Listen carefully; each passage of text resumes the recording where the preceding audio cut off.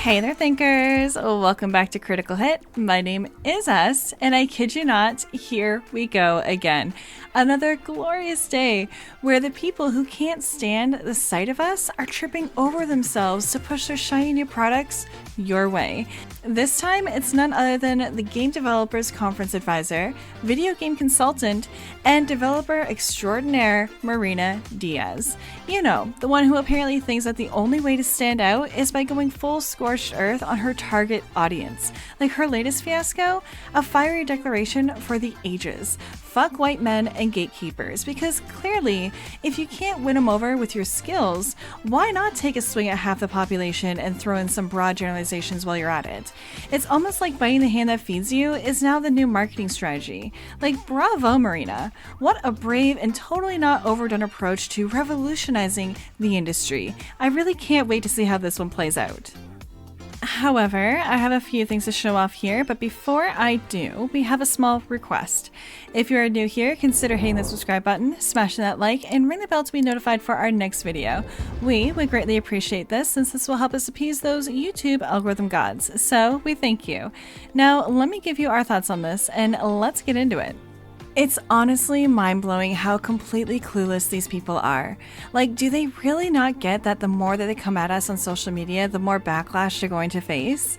It's like they're actively trying to tank their own sales, and it's almost comical to watch. At the end of the day, these companies are just trying to squeeze every penny they can out of us gamers, but constantly disrespect us. Yeah, not exactly a genius business model. Like, newsflash, we're the ones who decide if they make money or not, and they're not doing a spectacular job at that. But you know what? They clearly don't care, and honestly, I'm at the point where, so what if they lose their jobs because of layoffs, or because they get the boot for being totally incompetent? That's their problem, and I'm not going to lose any sleep over it, and I'm definitely not going to defend them. Oh, Marina, the multitasking wonder who somehow manages to juggle her roles as an advisor for the GDC, owner of 3 Cups Games, and the head of strategy for BTF Games.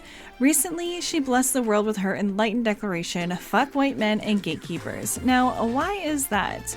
Well, because she's taken it upon herself to label these individuals as toxic, sexist, and racist, based purely on, wait for it, the color of their skin.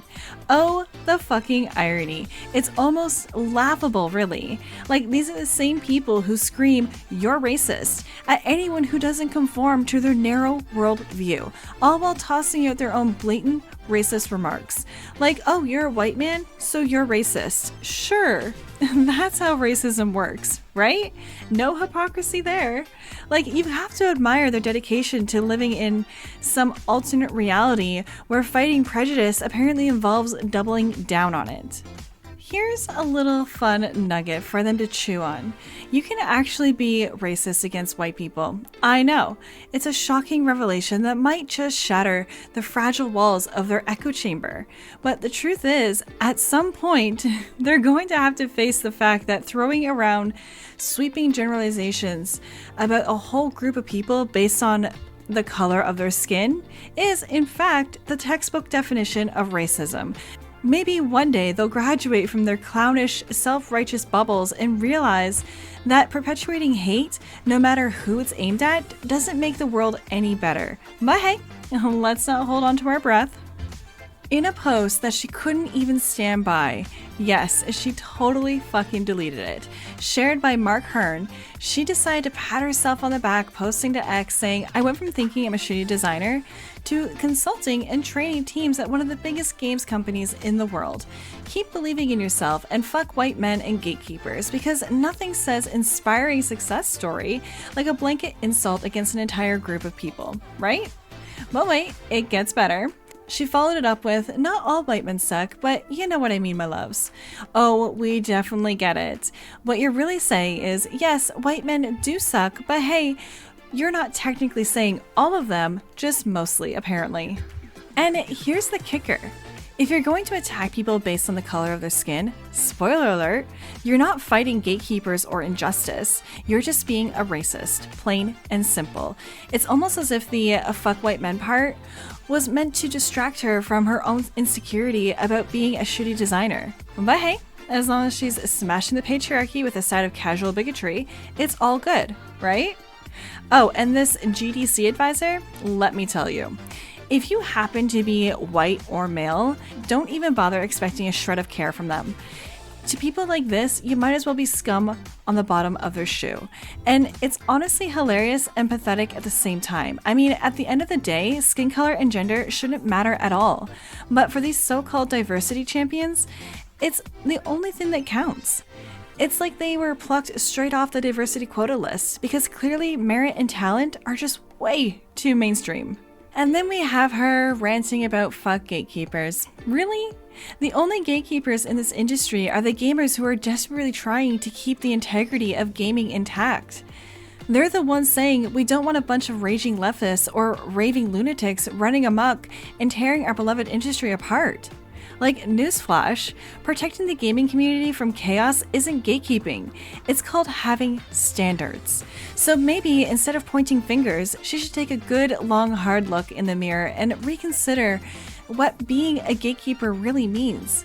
So let me lay it out for you. I say this all the time, but it's worth repeating. Your political leaning shouldn't matter one bit when you walk into an office.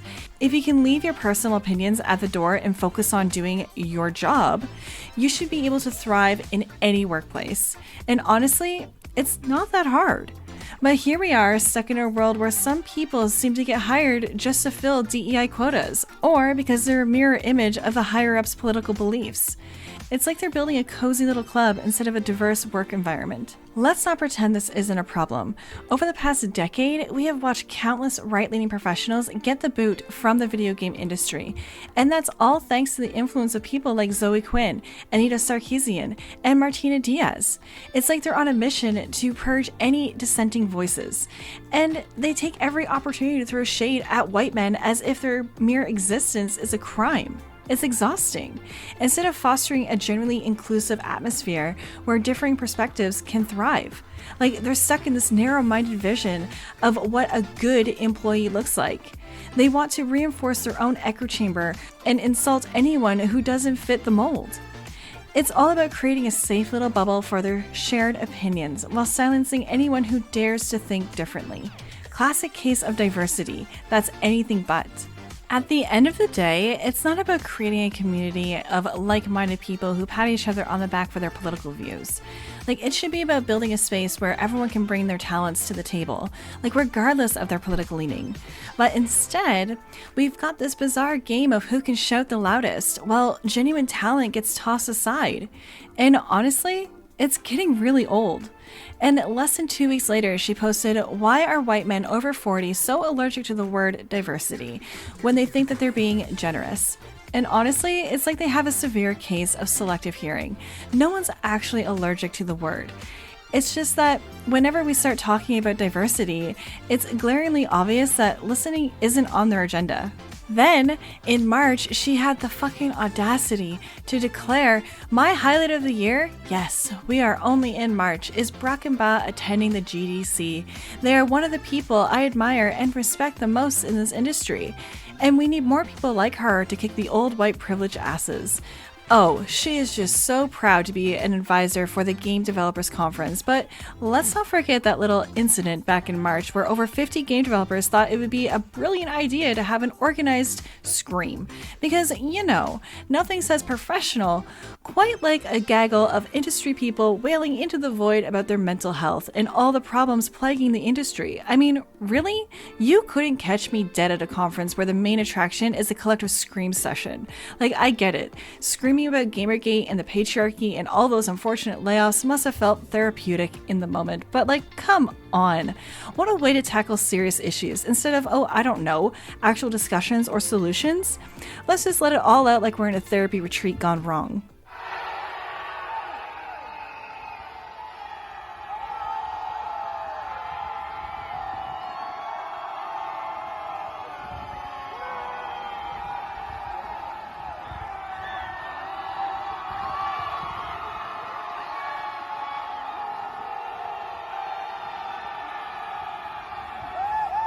Like, bravo, guys, real mature. Nothing like making a spectacle out of despair to really impress your potential investors or industry peers. And let's just hope that their next brilliant idea isn't a group cry session or a reenactment of a horror movie where the characters just scream and run away from the problems instead of confronting them. Like, what a time to be alive in the gaming industry. Gamergate, the patriarchy, you can't make this shit up. It really is just a screaming SJW meme. Like, these people are pathetic. Which is why we can't take them seriously and probably will never take them seriously. They think that they're dominating the industry, that they're way better than the customers that they are trying to sell their products to. But we can see through them, and we're not afraid to point and laugh at them in their lunacy. This is honestly like watching a bad rerun at this point. Like, these people just can't help themselves, huddled up in their cozy little echo chambers, screeching about toxic white men or whatever label they conjured up this week. It's like watching a never-ending game of who can throw shade the hardest. Now we've got a developer, a video game consultant, and GDC advisor, or whatever title she wants to add to her useless resume, declaring "fuck white men," which, let's be real, is just oozing with class and sophistication, right? Like, I mean, how original. However, those are my thoughts on this man-hating Marina Diaz. Let me know your thoughts in the comments below. And hey, before you go, subscribe to our channel, smash that like button, and ring the bell to be notified for our next video. As always, this is Est, and I'm signing off now, so I'll see you in the next one. Toodles!